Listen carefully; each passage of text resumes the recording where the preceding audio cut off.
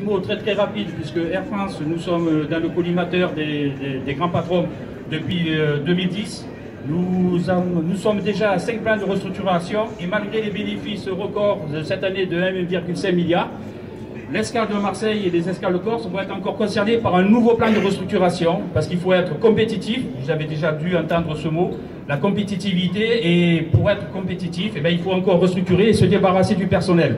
Donc les ordonnances Macron ont une conséquence assez importante parce que je pense que dans pas longtemps, vous allez entendre dans la presse que nous serons concernés, nous aussi, par la rupture conventionnelle collective.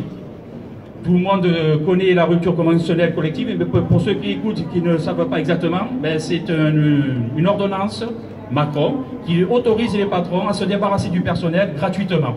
Gratuitement parce que comme ce n'est pas un licenciement économique, nous aurons droit à une proposition de quitter l'entreprise. D'ailleurs, la semaine dernière, ils nous ont présenté dans le document le terme, pour ne pas dire qu'on est licencié, ils disent, les patrons, les nôtres, ils disent que nous allons mettre à disposition nos compétences dans les entreprises extérieures à Air France. Et on va évoluer à l'extérieur. C'est très beau, c'est très, on va dire, imagé, mais en attendant, ça veut dire qu'on va se retrouver au chômage, en d'autres mots.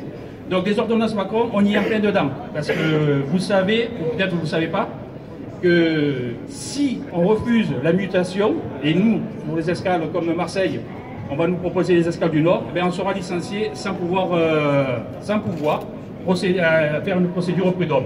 Donc on a tous les jours une pression, parce que comme nous sommes encore une escale en lutte, tous les jours la direction, c'est des représailles, ça s'attaque à la vie personnelle, le personnel est au bord de la rupture malgré le combat, et nos patrons, l'année dernière, à titre, parce qu'on n'a pas le chiffre exact, on doit être à 300 entretiens de sanctions et on doit être à 700 jours de mise à pied sur l'année 2017. Donc, la moitié, c'était sur la loi DIA. Donc, on a, comme tout le monde, vous tous, on vit les mêmes choses. On a une pression de la part de nos employeurs. Ils veulent qu'on soit des esclaves et ils veulent se débarrasser de nous pour pouvoir travailler gratuitement. Donc, les ordonnances Macron, on y est en plein dedans.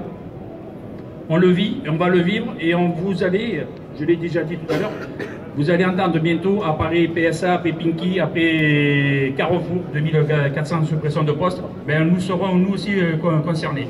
Et malgré tout, non, on n'entend pas dans la presse que le chômage baisse et que les emplois. Donc ces ordonnances, c'est vraiment, excusez-moi l'expression, de la...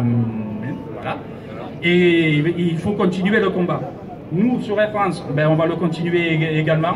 Et je vais passer la parole à Olive, parce que ce que nous on subit, vous le subissez tous, et c'est tous ensemble qu'on pourra lutter et gagner.